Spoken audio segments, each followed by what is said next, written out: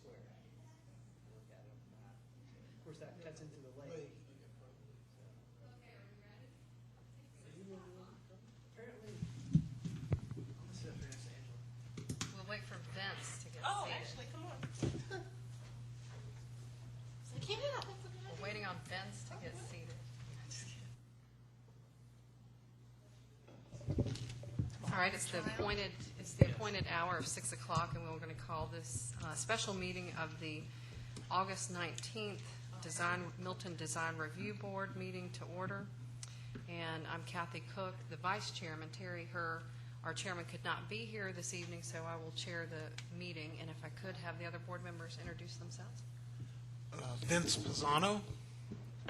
Vic Jones. Daryl Jan Porter. And let's start with the pledge. I pledge allegiance To the flag of the United States of America and to the republic for which it stands, one nation, under God, indivisible, with liberty and justice for all. And we only have one item on the agenda tonight that we're just going to go ahead and move into that, and that's the review of the Historic Preservation Ordinance that will be presented to the Planning Commission on, I understand, August 25th, and then the plan is to proceed to City Council. So our task is to review and make comments, and I understand that staff may want to begin with a PowerPoint presentation. Yes, we have put together a presentation for you, and I won't do the long version, but this was presented to council last Monday, I believe, and at their suggestion, we have brought it here to you to present it to you tonight.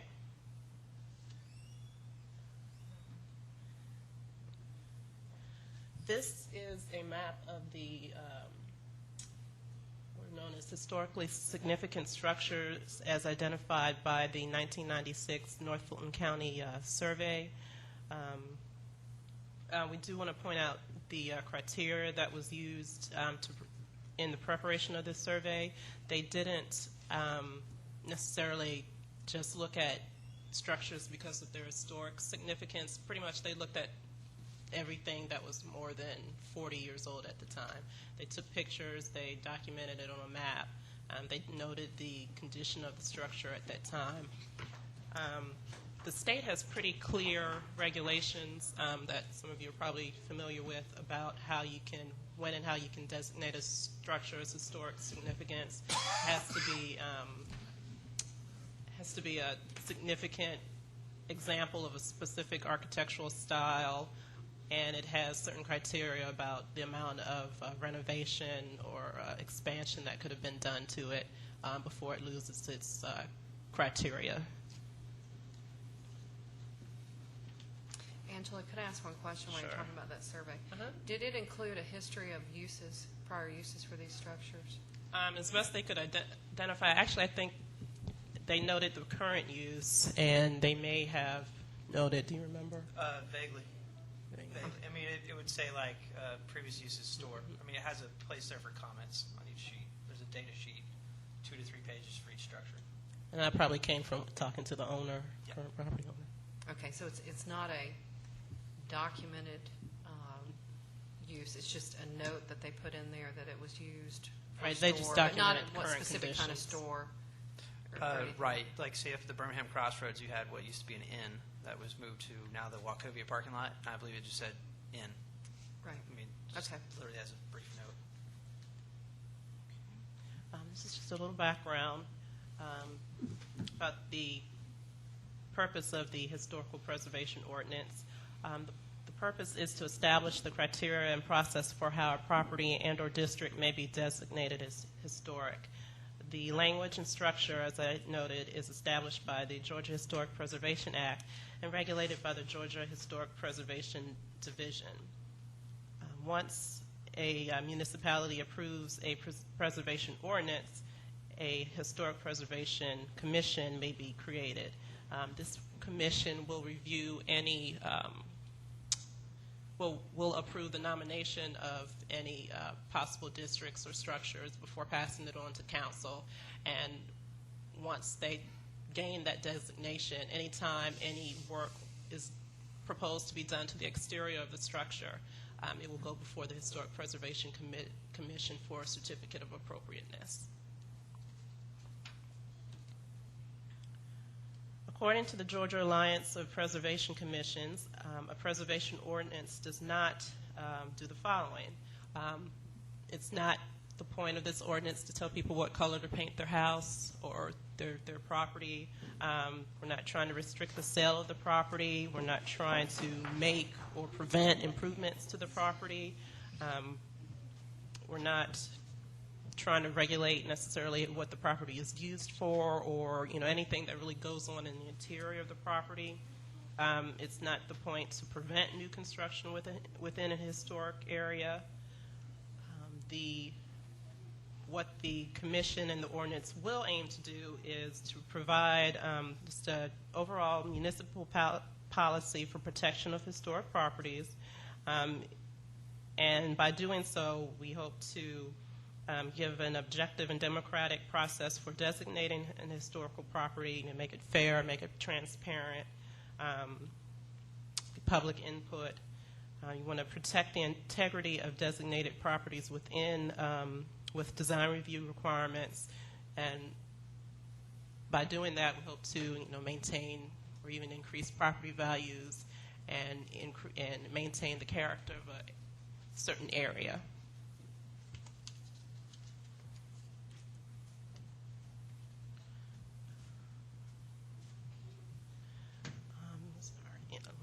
A brief introduction for you.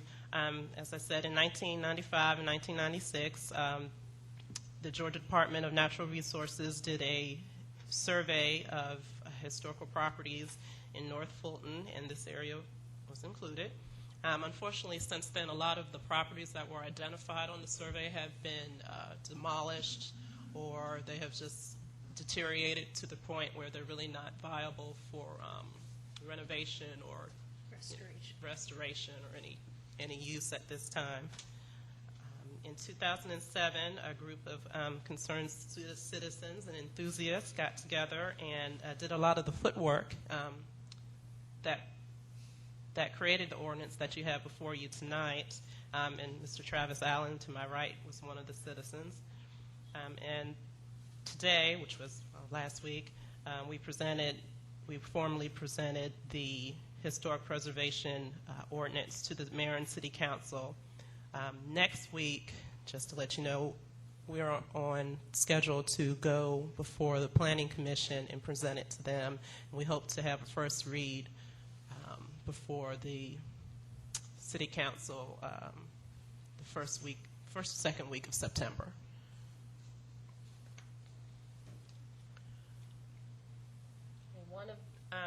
For the most part, this ordinance is based on the model ordinance from Georgia. One thing that we were asked to do by the commission members was to put in a section that kind of gave a incentive for the property owners of some of our historic structures that had a prior economic use, but now they're in AG1, and according to the ordinance, you couldn't revive that use. So we inserted this with the purpose to increase the potential for historic property in the AG1 zoning district that previously had a non-residential use, provided that the historic structure, that the use was lawful during its prior operation. And one thing I do want to note is that the property owner first would have to go through the usual steps of getting historic designation, be nominated by the Historic Preservation Committee and have to be approved by the council. And then they will have the second step of proving the use, the prior lawful use. And in order to use this incentive, they have to incorporate the use that was there before. If it was a general store before, it has to be a general store now. It can't be a hair salon or an auto repair shop or whatever.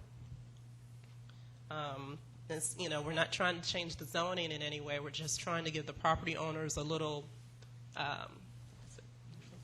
incentive to keep the property up, to use it, give it some kind of economic viability. So we're afraid that, if we don't do this, the properties are just going to deteriorate to the point where, they're just going to go away. Could I ask one question? Where are those properties? Have they been identified? Next slide. There's two. The committee went through the survey and identified, I believe it was 9 structures that potentially could use this incentive. And from there, we went through each of those, and we came up with these 2. And staff went out and took a look at them. You have the Hopewell and Thompson General Store, and you have the Wash Chadwick Store on Arnold Mill, just before the Cherokee County line. Unfortunately, several of the properties that were in that 9 are no longer there. A couple of them have changed uses. They're now being used as residences, so they've lost their eligibility. And a couple of them are just deteriorated to the point where it wouldn't be feasible to renovate them.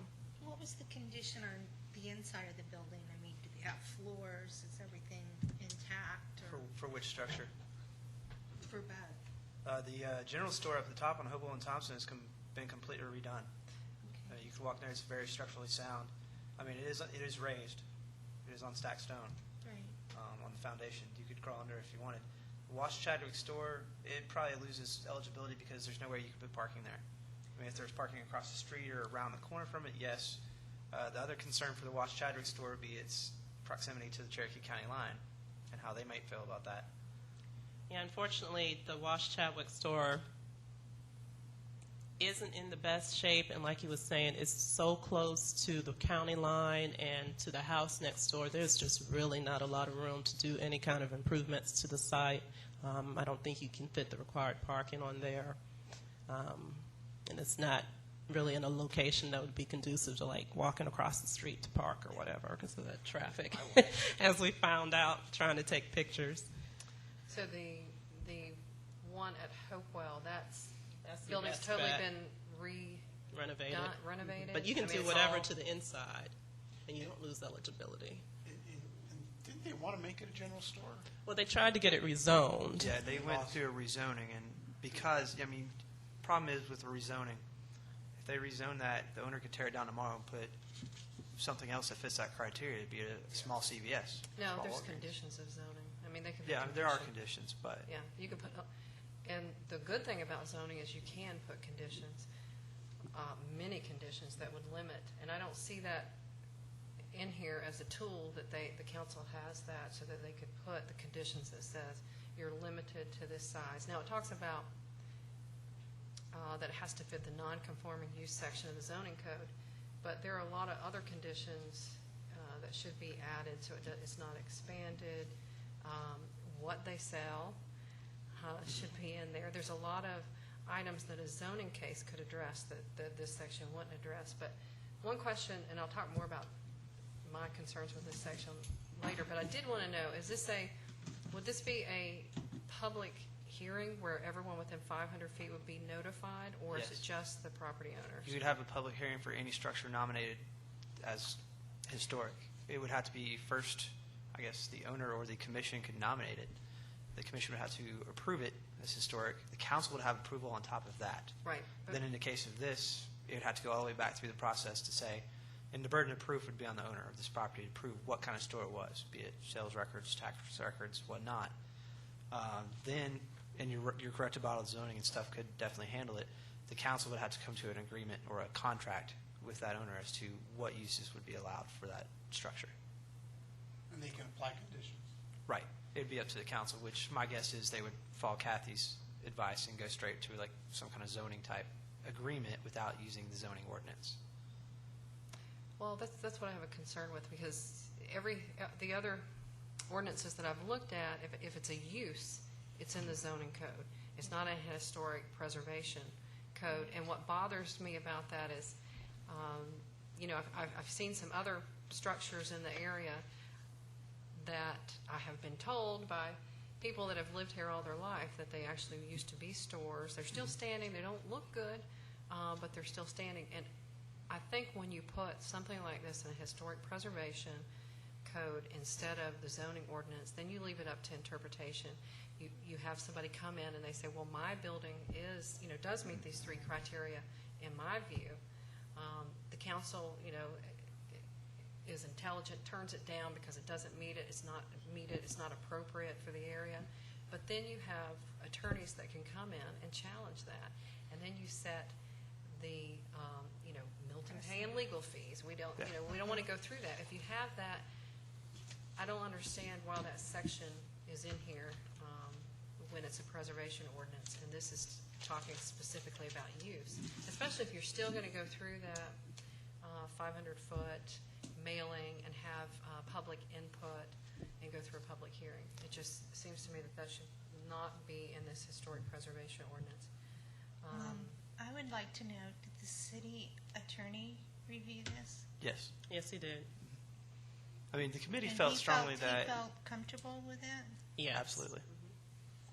I mean, pretty much, I agree with you. It's a historic preservation ordinance. The purpose of this prior designation in it, or prior use designation, would be to preserve it. Because without this owner has no other use for this building. He could just tear it down at whim. There's no incentive for him to keep it open.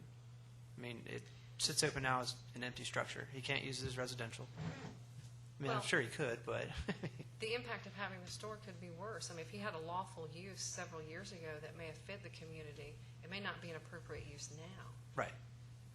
And so if we're putting this section in here and it seems to just benefit from the survey, just one property, there should just be a public hearing about that specific property and not this section so where, we discover in the kudzu later that there is this historic structure that people can document and prove that it was used at one time to sell chickens or eggs or whatever it is. It's a retail use.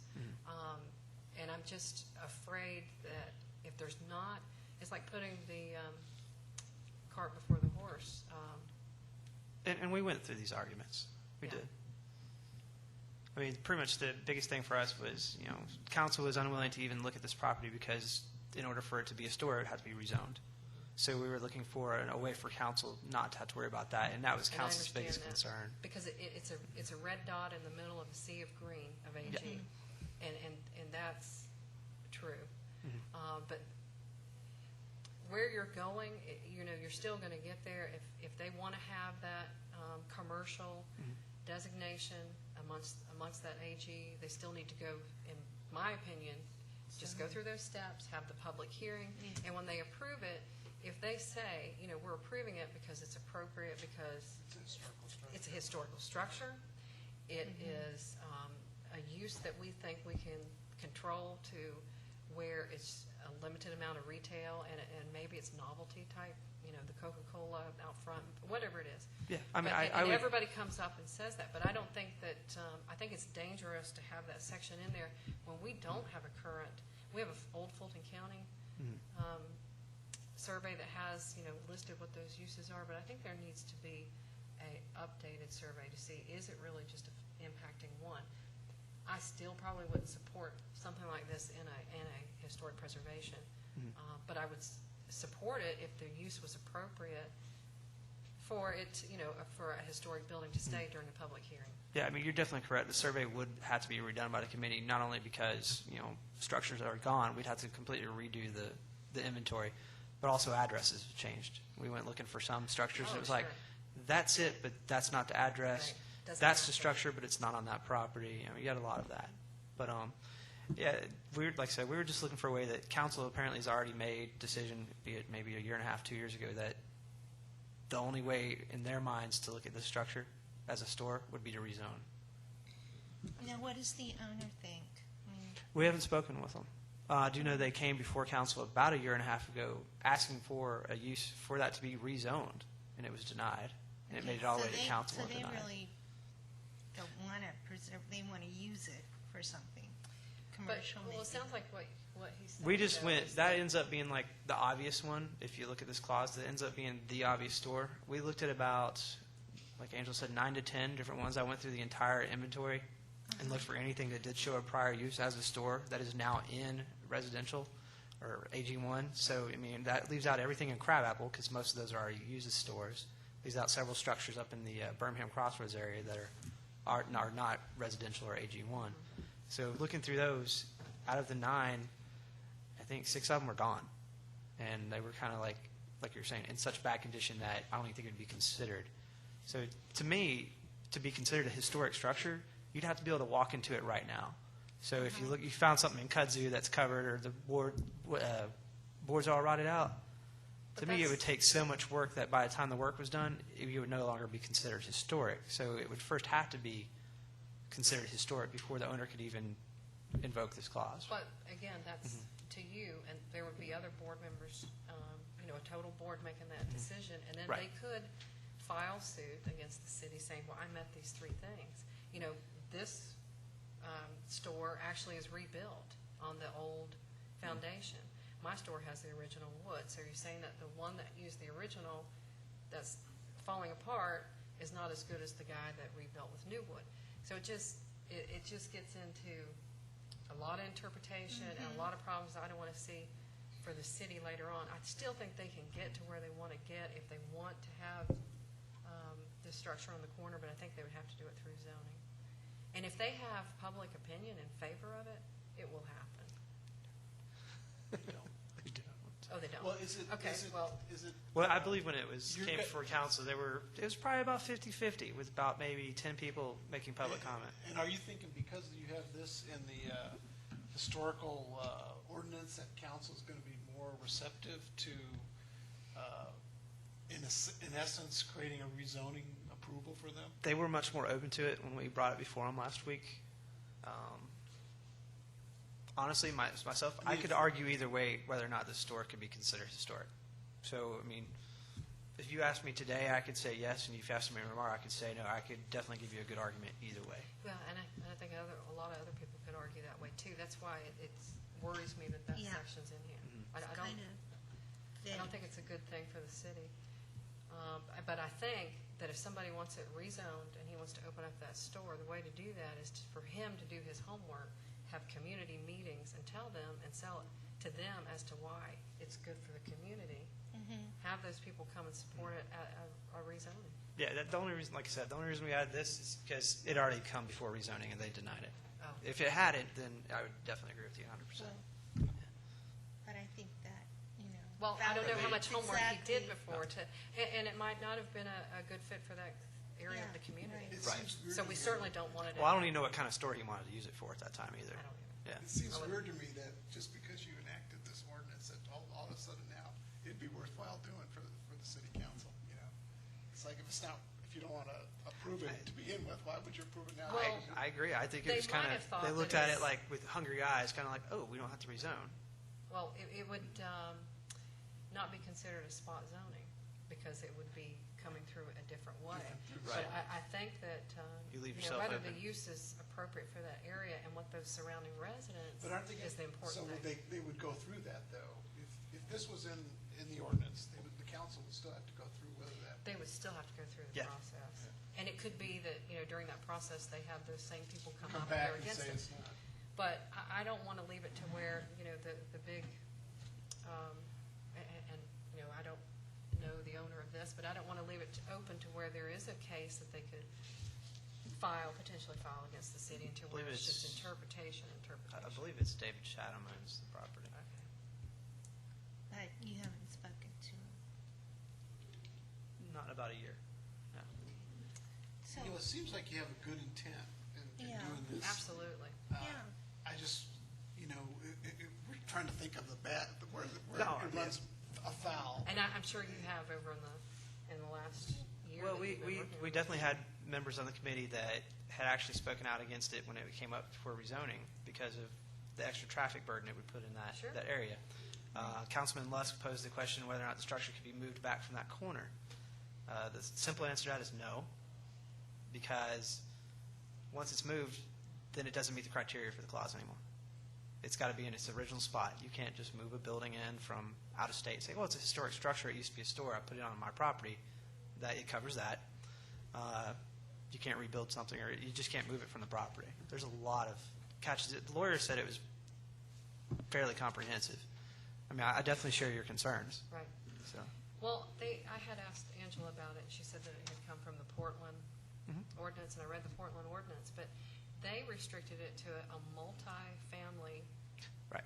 zoning of 100 units per acre. So it would make sense in Portland because, it's 500, over 500,000 people there, and they must have these structures that have turned into multifamily dwellings, 100 units an acre. So they're saying, save this building and you can have the retail. So there's a good incentive to do that. Right. But it's just a different situation. They do talk about other incentives in there that weren't in here about, and you may have talked about this too, about moving that structure. Is there a way to transfer that density and let them move that structure to an appropriate location? I think about the only area they've spoken about anything like that would be the Crabapple area. I mean, like they did, Right they now. moved those structures at Birmingham Crossroads. And in effect, lost all historic eligibility for Right. those structures. Yeah, see, that's the point of that. Because they had to move them, they had to rebuild them. Yeah, well, this Yeah. one was rebuilt. Yeah. So, So it's like John B's, that's not considered historical anymore? That used to be over by Alfred Elementary. Well, I know. So Yeah. I know. Yeah. So before. Right. Yeah, to give a local example, something like John B's, Alpharetta, the Mansell House. It was over on Mansell Road. It didn't look anything like it looks now. It didn't have a wraparound porch. You would never, if you'd seen it back on Mansell Road, you would have said, "Oh, nasty old farmhouse." Now it's on Old Milton. It's pretty nice looking. They built it up quite a bit, and the Historic Society uses it for their meeting they place. do, and they have weddings and different events there. I got married there. Nice place to get married. It's a great place. Yeah, this one building actually does become the focal point of the clause. It I does. mean, I actually thought there would be more, but the ones I thought that would be ended up being already perfectly zoned in the Crabapple area or in Birmingham Crossroads area. The closest thing you would come to something in AG1 or residential now that, while not retail, was used for a purpose other than residential, is up on Birmingham Road. There's an old courthouse. It could fit in the corner over there, and it's tiny. And I can't remember whose property it's on, but that would be something that we'd want preserved. Of course, there's nothing they could use it for. I doubt we'll ever use it as a courthouse again or a voting booth or whatnot. So this becomes the one thing that sticks out. And like I said, I could definitely argue either way whether or not it's really historic. I've lived here 33 years nearly, and I don't remember it as a But do store. you think that some things would come out of the woodwork, like, I've got this, I want this as a store here, because it was at one time. When we looked at everything, first it'd have to be declared historic. So Yeah. you could cut it off right there. Yeah, because there's not Yeah. much. Yeah, I mean, there were a couple things up Hopewell Road when you get near to Cherokee County border for South borders, and I'm like, it's gone. There wasn't enough left, or it might look old, but it's not as old as you think. Like an old gas station up there, if you're going up on Hopewell, it's on the left-hand side. It's old, but it's only built in the 70s, so that fails the criteria to begin with. So. Except for another 20 years. So, am I to understand we're only Worry about that. talking about this one? That's what it came down to. Sure. When we started out looking at this clause, we thought there were more, and we did have this one in mind, but we just made the assumption there were several. It ended up only being So that we one. have to have an ordinance for one property. But like I said, the intent was to find some way for the owner to be able to preserve that, and right now there's no reason for the owner to preserve it. He can't use it for a store. He can't use it for residence. It's just going to sit there empty. There's no incentive. Did you talk about like incentives like lower tax rates or for historical structures? I mean, It was mentioned at council. they didn't. I mean, it would be something that the commission, when formed, I guess would make a list of suggestions and go I before the like council that with it. It seems Yeah, I like do too. there's, you want to escape this. Even when I was involved with this thing, I was like, I don't want to be deemed an historical structure because I got all this other. Yeah, I don't want to tell you that you can't do anything with your structure, but I don't want you to tear it down either. Yeah, So- and you've got to do this and you've got to do Catch-22. that. And by the way, you don't get any incentives for doing that. Right. So, and I guess I applaud the attempt here to do this as an incentive. There may be better incentives like a lower tax rate. Yeah, a different way. That encompass more things just and, can't. and don't open up a can of worms. Yeah. And I don't know, I guess you can't make You could put this, the way you have it, and say it's only eligible for this location. I guess you can, yeah. That's a little. But And then you it- don't, yeah. but you don't know what Only the general owner's stores intent is that- for it anyways, right? Or desire of what they want to do? I heard several things when it came before council several years ago, and it was I never actually heard it specified exactly to council what the intent was. It was just going to be used for retail, be it a mixed retail, be it a coffee shop, be it a trinket store, a flower shop. I don't know. I mean, I don't see much use for that building other than, say, something similar to the building up there at Birmingham Crossroads, the old Bice store that's used as a I think if you They had used to it, have gas there. the gas tanks are Yeah. actually still out under the road. Yeah. if you had an incentive like a lower tax rate, you might find people wanting Yeah. to rehab these structures. I like that incentive.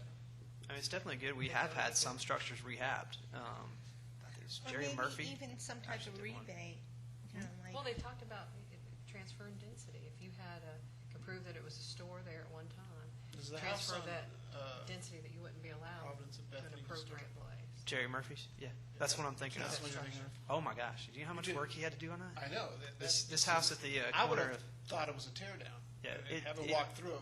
You know, Terry, I could have pushed it over. Which With my truck. building? house on Providence and Bethany that's been completely rehabbed and sold, It actually. was really nasty. There was an old school bus on there. There's another old car across the street in the weeds, but it's fallen down. I mean, when you looked at it, you could look inside and see the door frames like this. So what he did to fix that house up, I have no idea. But It looks very nice. yeah, about it used to be an inn. Is what I've heard. It had an inn. It had a post office there. There were several communities in what's now Milton. I mean, that's where you get Freemansville Road, Hopewell, all that. So Fields Crossroads over where you are. So Now, we interrupted your Presentation. presentation, Angela. Yes, Sorry. sorry, We were very You wanna passionate about continue? it. Pretty much at the end. I believe the next slide is just a step-by-step That looks easy. timeline, just from the establishment of the Historical Preservation Committee, development of the ordinance, presentation to council, to the next steps, which I touched on earlier, Planning Commission, first read, second read to council, final vote. Hopefully, once the ordinance is approved, at that time we'll get nominees and approval for the Historical Preservation Commission. And at that point, that they can start taking nominations for structures in the district. The district that we're looking at would be Crabapple, since it has the majority of concentration of potentially historical properties. We do have two places in here for educating the public. We hope to do some kind of open house just to get the public input and to keep them abreast of what we've done so far and where we're going from there. And the end game of this would be, like I said earlier, if any property owner wants to do any changes to the exterior of the property, they would need to apply to the Historical Preservation Commission for a certificate of appropriateness.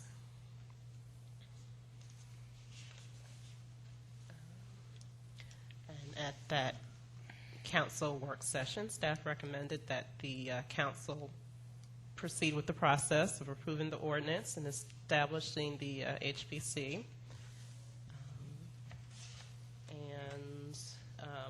We also touched on how this would change the role of the Design Review Board once the Historical Preservation Commission is established. The DRB would still review plans for all non-residential development of non-contributory structures in all the overlay district, as you do now.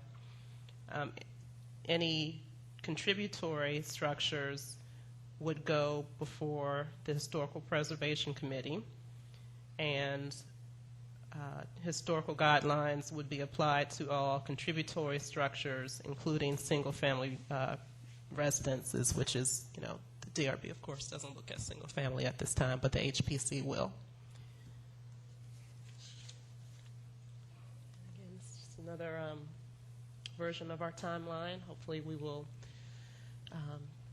present this to council next month at their first meeting for first read, and hopefully by the end of the month we will have a ordinance approved. Okay, if we want to, and we don't have any of the public here to speak, so we'll just, if it's okay, move down through the sections and give comments if everybody wants to do that. I don't. Travis, Did you have anything else Do to add, you understand Travis? contributory structures? I'm sorry. In a historic district, do y'all understand the difference between contributory and non-contributory structures? If you want to, Oh, I'm just saying, Explain say that. Crabapple, you have the old store that's there in the corner, the brick store. That would be a contributory structure. The gas station would not. because it's So been, we yeah, would, the doesn't fit. historic committee would deal with one, and y'all would deal with the other. So, Oh, well, Right. that's another question. Why are they creating a different board than the design review board? Because I was looking at, I mean, not to step on anybody's toes, just a question. It's the same requirements for the board. You have a planner, architects, the same makeup. Is it that they're looking for more historic experts? yes. That, To speak bluntly, no offense intended, but yes. and what would that entail? I mean, the people have training in Actually, one of the members of the committee is the president of the Alpharetta Historical Society. I myself have sort of served on the board there, and I've lived here 33 years. I mean, but most of us actually have a vested interest in the area. We know some of these stores. I mean, to some of us, so the old store on Arnold Mill. Well, to us, it's Sure. the Wash Chadwick store. Mhm. Yeah, old house in Alpharetta. Well, to us, it's the Skelton Teasley house. We know a little bit more. Right. It's And there was Kegels on Freemanville, and Yeah. Vice, and Doyle was a Exactly. great guy. I So- know all of them. I was just curious about that because it seems like Mhm. the exact same makeup as what we have here. Yeah, I don't understand why you just couldn't present the historical information to the design Like a recommendation. recommendation, yeah. Well, they said in here that they had 2 other members. They would have a board of 7 and then 2 other members, but they would not be voting members. But they would also live outside the city. But I guess they would be considered some type of expert. The intent with that would be somebody from Alpharetta, say that, you know, an older Is person there- from another generation, Sure. in particular Mr. Bates, Billy Bates, Mhm. or forgive me, I've forgotten the name, but you know, somebody from the local area that doesn't necessarily live in Milton, but knows more about it and could give us more of a information than we'd historian. ever be able to find out. Sure. So, I know Mr. Bates is probably going to forget more than we'll ever know. So, Yeah. We need to get that down. yeah. And you've actually worked on this for 2 years, is that right? Give or take. That's fantastic effort. I mean, that's all volunteer, and we know. Well, Vince did most of the volunteer. work. I'll give him that. He started it? He started. I don't know if anybody has any comments on that section 1 and 2, and then that brings us to 3, which is the creation of the commission that we just talked about.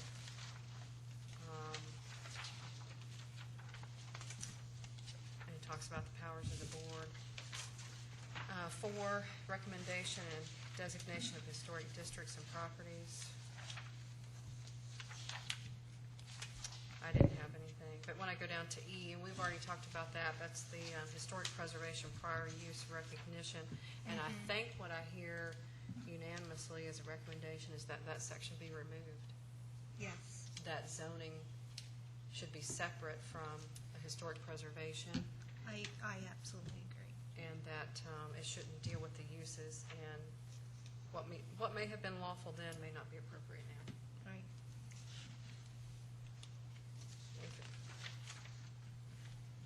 Then that's a whole section that goes even down to the legal basis through F.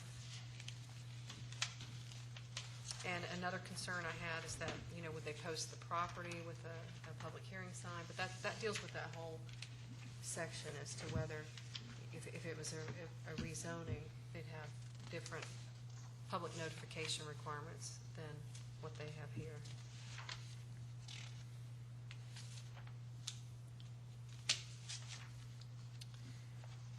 I don't think that I had any more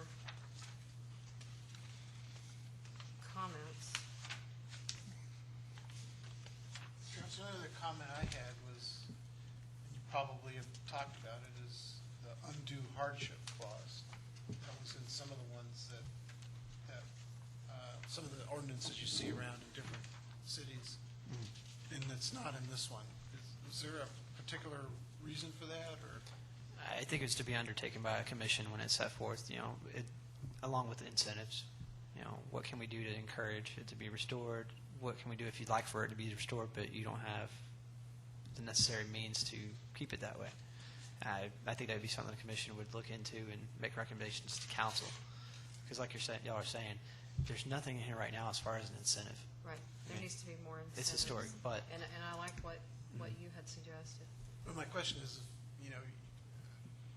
if you have these requirements that you're going to have, and somebody used to have, this is a crazy example, like a gold dome, and they really can't, but there used to be a whole gold dome, and so to make it historical, it's got to be a gold dome, and somebody doesn't have an undue hardship clause to say, well, I really can't, it's really too much of a hardship for me to make it a gold dome. But they do have that appeal Yeah. process. They have an appeal, but they don't have a clause to appeal to. well, the owner would have to agree for it to even be nominated as historic. So if they have a hardship before nomination, they could speak up at that time, and I thought the covenant requires that it does. It requires that they agree to it. Hold on, I'll find it. they requires them to, that they wasn't really an option. If it's sold, if it's sold or whatever, once it Once it's been becomes designated. historic, but the designation is totally voluntary. So why would somebody want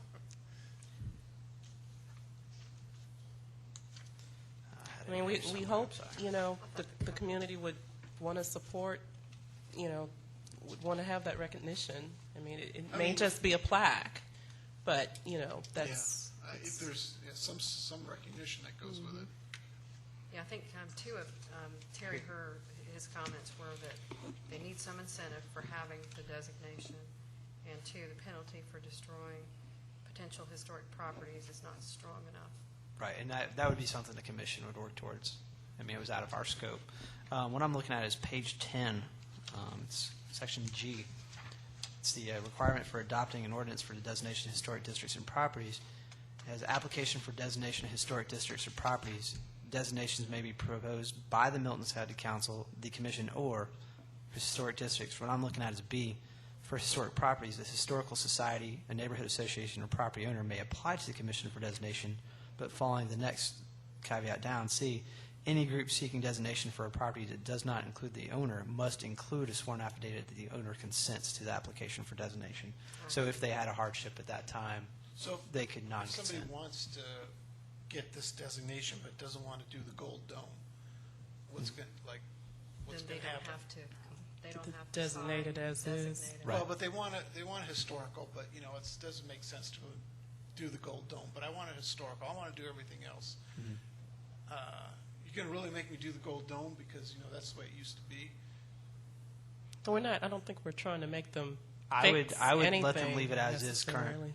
I think in order to Yeah. get them to But if sign that they're going to designate it historic, you would try to make concessions and help that person. Well, in some of the cities, like my daughter was trying to buy an old house in Athens. It was like, well, if I buy it, they're going to make me restore this, and I don't know Athens' rules, but they're going to make me do this because that's the way it used to be, and they're going to make me do that because that's the way it used to be, and they're going to make me do this because that's the way it used to be. And I can't really afford to do that. I can't afford to put that kind of roof on here, and I can't afford to. Yeah, I know to do that. Athens has got, for lack of a better word, some peculiar rules. They're a Basically, little- because you have so much mixed use in Athens.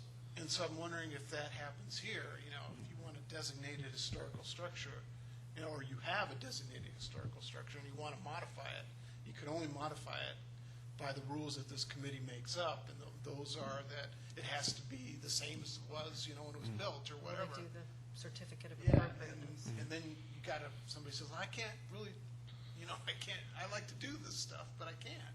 And you don't have an undue hardship clause here that they can come and say, hey, it's an undue hardship for me to to make this gold dome, but I like to, so you don't have anything to rely on. And you get people that'll just back away from rehabbing old structures because they can't meet the criteria. That is, it's a hardship to meet the criteria. But what may happen is if it is a hardship, then nobody's going to apply. So they would have to apply, and they're not going to go through with designating their property historic if there's going to be some type of a hardship. They can back away Right. from that because they're just not going to do it. There just won't be a No, I think designation. it's the opposite. I want to have a. I want to, I have can't a afford historical to. structure, but I can't. And then you're going to make me follow all these rules, but I can't rehab it to its original state because that would be a hardship for me. But if our choice is you're going to do this, or if we don't agree with you, you're going to tear it down, I think that whoever that commission and board is going to do everything in their power to make sure that that's not a hardship for that person to maintain it. Because Well, I we can only want tell you this. that We want you the get through historic these properties. boards and they become sticklers. They say, it had a gold dome when Well- it was first built, and if you're going to be historical, it's got to have a gold dome. But those people are going to be appointed by the city council. Correct. They're going to make sure that, Yeah, but I mean, and then they can appeal actually to that city council. they can't. The only appeal. reason I don't like hardship clause is because when I'm going through variances at the planning commission, city council for city of Alpharetta, every report I get, or I have an applicant stand up and they have a hardship, I just get this Yeah. huge definition of what a hardship is, and it gets really stretched, and everybody has a hardship. I would agree with you more if I felt there were more than a dozen structures that Yeah. had potential as historic structures. But I tell you right now, I don't think there's Yeah, more than a dozen. I know what we're talking Yeah. about is, there's going to be a handful of structures that deal with We this. wish there were more. Have you thought We about wish- adding we the wish- heritage trees to preserve? Yeah. We kind of looked into objects per se. There's Okay. a ancient Indian burial rock that's up on private property I somewhere, just- but the lawyer advised against it. Really? It's kind of hard when you get into something like I that. just know that, in Athens, people don't want to buy a historical structure because their rules are so strict. Yeah, Athens is very, They're so very strict odd. as to what you can do with that historical structure becomes Well, that brings up a good unfeasible. point, though. There's places where there's stone walls that are old, retaining walls, What objects about like old that. chimneys? I mean, if it was a chimney from, Object. I mean, I agree. Is it an I object think you category? definitely want to leave it, but sometimes they just get gone. I mean, sometimes it's nice to move them. There used to be one over at 400 in Haynes Bridge. It's been moved up to Haynes Bridge Middle School now. It used to be, well, there's one, Right, where, there's one at Webb. yeah. But, yeah. There were 2 or 3 on Cogburn. The other types, some similar types of things we looked at, where there's a rock quarry in Providence Park. There's a rock quarry on Freemanville Road. Closest we came to something that wasn't actually a structure would be there's a monument in Crabapple Oh, that okay. people probably drive by every day and don't even know it's there. There's a monument in front of the old mill for the Rucker family. It's for all the Ruckers that served in wars, and it's been there a good 60 years, 70 years.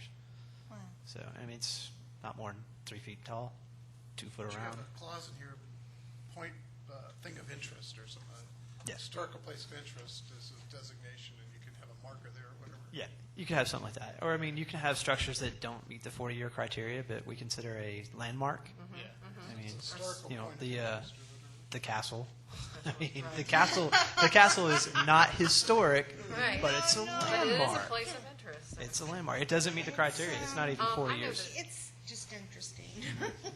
I know in Alpharetta, the city council had a condition when they took out some buildings on Canton Street that they had to save a small rock wall that's across the front. But, I mean, that was an object, and it is still there, and it's, good that when they rebuild those the townhomes that. Yeah, are I know gonna you're be on talking Canton, about. It provides some type of the old.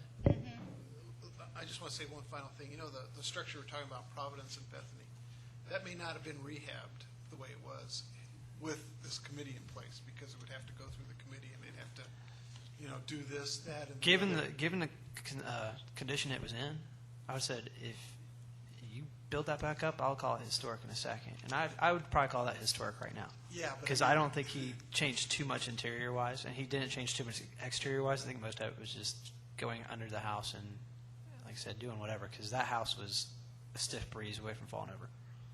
I'm sure I've seen it. I'll have to go take a look. It's a teal, Teal color? like a light teal. It's a different color. But if it was historical, I guess I'm not following. If it was historical before he rehabbed it. Okay, if it was From what designated historical what I've been told is he actually asked if if there was any incentive. He was actually interested in there being Well, I an can see incentive if at the there was an time. incentive that would Right. be And then there was another property on Hopewell Road as you're coming from Alpharetta that it was the first structure on the left as you entered Milton on Hopewell. And that gentleman waited a good 6 months trying to find out if the city was ever going to do anything. He finally just tore it down. Oh, And he said, put a neighborhood in or whatnot, a development, which probably, Yeah, structure's probably gone. I'm pretty sure it is. so it's important that, we get this ordinance in place, but they also, I think they need to look at more incentives Mhm. and take that section out. I don't think we need that section in there, but we Right. got to move forward. Are there any other comments on this, on the document? And also, Travis, thank you for coming to this meeting and all the Yeah. volunteer hours. That's just Absolutely. fantastic. and sticking with Just it. make sure you Yeah. come to the Milton Roundup. It's October 17th. Okay, Any other comments? All right, there I being, think we covered it. and Angela, did we wrap that up enough of our comments for the, I think I've got enough I can. okay. If they move forward, just to, Something I think, basically remove that section and provide incentives and stronger penalties. And if there's no further business, then we can adjourn this meeting. Motion we To adjourn. adjourn? Yeah, Did you say second? I'm sorry. yeah, I said second. All right, all in favor? Aye.